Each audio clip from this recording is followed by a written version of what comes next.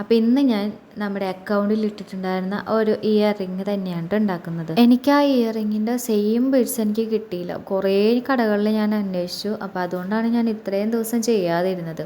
പക്ഷേ എനിക്ക് DM-ൽ കുറേ മെസ്സേജസ് വരുന്നുണ്ട്, ഈ ഇയർ റിങ് ഒന്ന് ചെയ്ത് കാണിക്കാവോ എന്നൊക്കെ ചോദിച്ചിട്ട്. അപ്പോൾ അതുകൊണ്ടാണ് ഞാനിപ്പോൾ ഇത് ചെയ്യാമെന്ന് വിചാരിച്ചത്. ഇതിൻ്റെ ബീഡ്സും കളറും ചേഞ്ച് ഉണ്ട് കേട്ടോ. ഇങ്ങനത്തെ ഹാൻഡ് മെയ്ഡ് ആയിട്ടുള്ള ജ്വല്ലറീസിനൊക്കെ ഇത്ര അധികം ആരാധകരുണ്ടെന്ന് എനിക്ക് ഇപ്പോഴാട്ടോ മനസ്സിലായത്. വേറെ ഒന്നല്ല, എനിക്ക് അത്ര അധികം എൻക്വയറീസ് വരുന്നുണ്ട്. അപ്പോൾ എന്നെ സപ്പോർട്ട് ചെയ്യുന്ന എല്ലാവർക്കും ഒരുപാട് താങ്ക്സ് ഉണ്ട് കേട്ടോ. അപ്പോൾ ഇനിയും ഇങ്ങനെ തന്നെ ഉണ്ടാവുമെന്ന് ഞാൻ പ്രതീക്ഷിക്കുന്നു. അപ്പോൾ ഒന്നുകൂടി താങ്ക്സ്. പിന്നെ പ്രത്യേകിച്ചൊന്നും പറയാനില്ല, ഇതൊക്കെ തന്നെയുള്ളൂ. അപ്പോൾ പറഞ്ഞ് നമ്മുടെ കമ്മൽ ഇത് അവിടെ റെഡി ആയിട്ടുണ്ട്.